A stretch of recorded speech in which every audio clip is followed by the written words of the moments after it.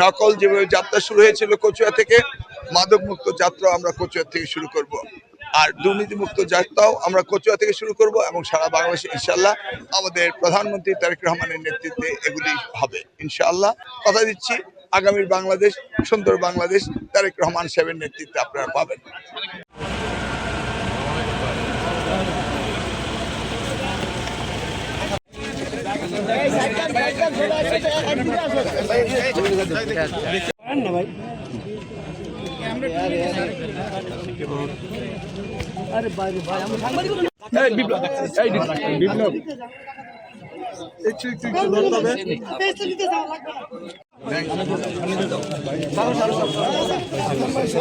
আমাদের সময়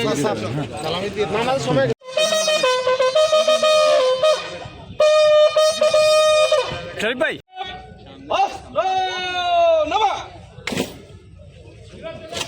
আমার মামা এসে জন্য প্রস্তুত স্যার। ধন্যবাদ স্যার।